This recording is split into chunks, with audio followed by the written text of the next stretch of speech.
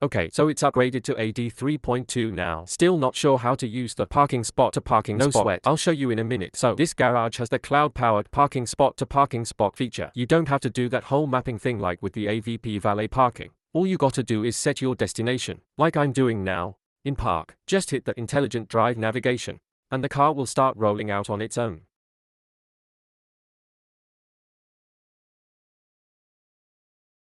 It even recognizes the gate at the garage and starts up by itself.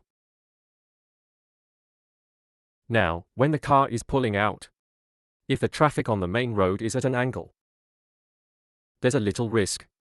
You gotta keep an eye on how the cars are moving. When you're about a kilometer away from your destination, if the parking lot supports parking spot to parking spot, you'll get a notification on the screen.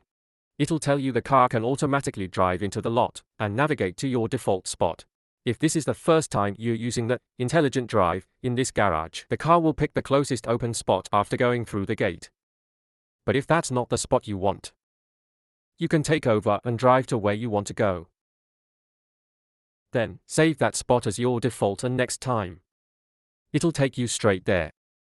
If you have a lot of spots or don't have a set one, our system can save up to 5.